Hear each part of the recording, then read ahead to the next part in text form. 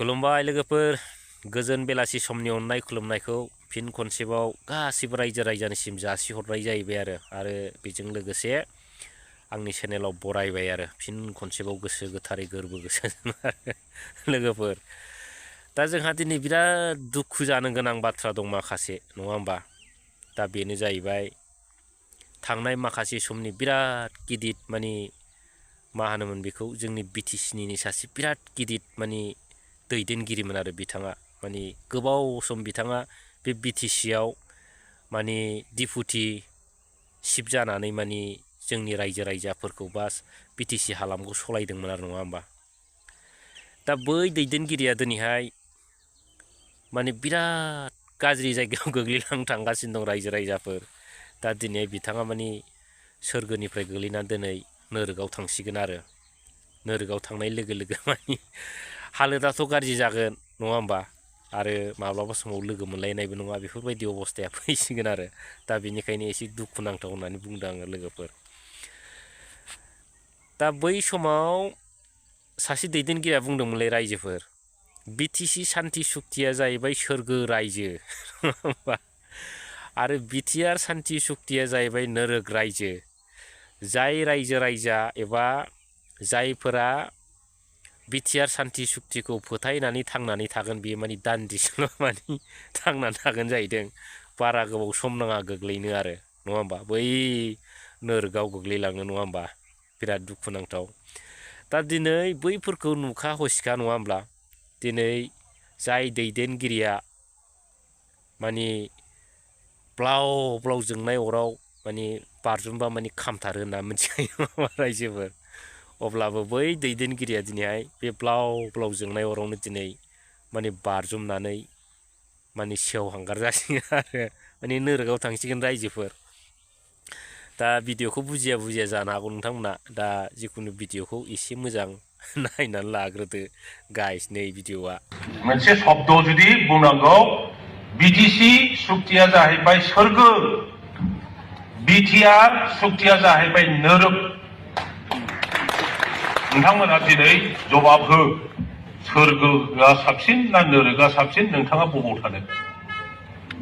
जाय मानसिया बिटिआर सुक्तिखौ बिश्वास खालामनानै थांनानै थागोन बे दसेल' सम गाबोननो गोग्लैगोन अलरेडि गोग्लैखाबाय जायहा बिटिसि सुक्तिनि सायाव बिश्वास खालामनानै दङ थागोन जोङो जोरनानै थागोन सास्टेइन खालामगोन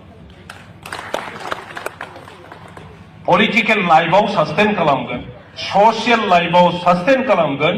इक'नमिक लाइफआव सास्टेइन दा भिडिअखौ नुबायना लोगोफोर आरो रायजो राजाफोर दा बिराद दुखुनांथाव नङा होमबा दा जेब्लानाखि मानसिनि जिउ एबा माने समग्र माने प्रिथिबिराव जा दं जिउ माहारि होननाय बुस्थुआनो आरो जेब्लानाखि गाज्रि सम सफैयो बिदिनो माने नाना बाना जायो आरो माने माबा मोनसे जाथारनांगौब्ला माने बे जेखि खालामा मानो हाया आरो माने फुजा होबाबो माबा होबाबो बै माने लावनायनिफ्राय मालाबाबो लावै खालामफिननो हाया आरो माने लिरनाया बेल'खा नालाय रायजोफोर दा नंखायनो दिनै बिथाङा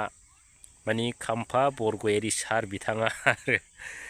दिनै मोनथिखागौ नङा होमबा बै इउपिपिएल दोलोआ मा बुस्थु आरो बै बिटिआर सान्ति सुक्तियाव मा दं बेखौबो दिनै मोनथिखायो नङा होमबा नाथाय दिनै बैफोरखौ नुखा हुसिखा माने एकदम माने गासिबो बुजिजोबखानानैबाबो दिनै बिथाङा माने नोरोग रायजोआव दिनै बारजुमलांनो माने राजि जाबाय आरो रायजोफोर दा माथो बुंबावनो नङा होमबा गाव गावनि भाग्य बेफोर गाव गावनि भाग्यसो जिखुनु जाया रायजोफोर दा कनफिउस जानो नाङा बेखौनो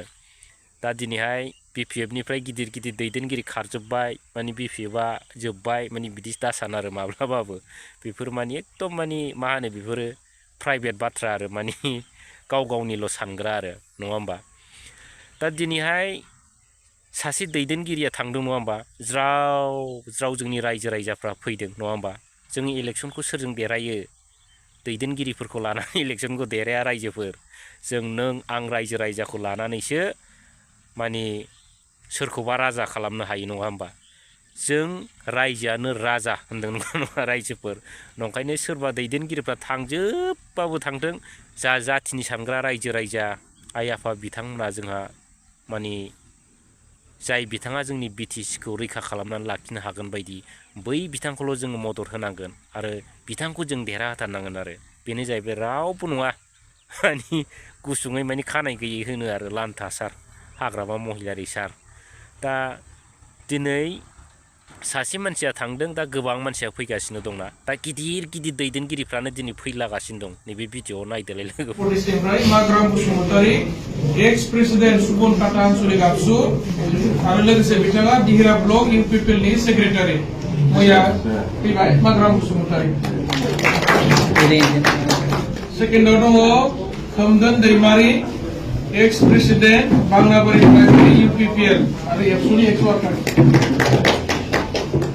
सूर्य बसुमतारी इउपिपिएलनि आइटि सेल आरो दिहिरानि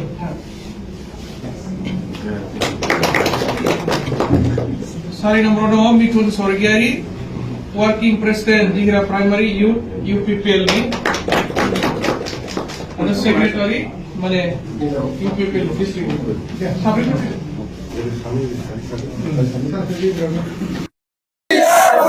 দুঃখের অপরাধ লাথি মারা পিপিএল গো ব্যাক রাজনৈতিক ঘরেসারি বন্ধ হব লাগিবই পিপিএল এর দালাল হুঁশিয়ার পিপিএল এর দালাল হুঁশিয়ার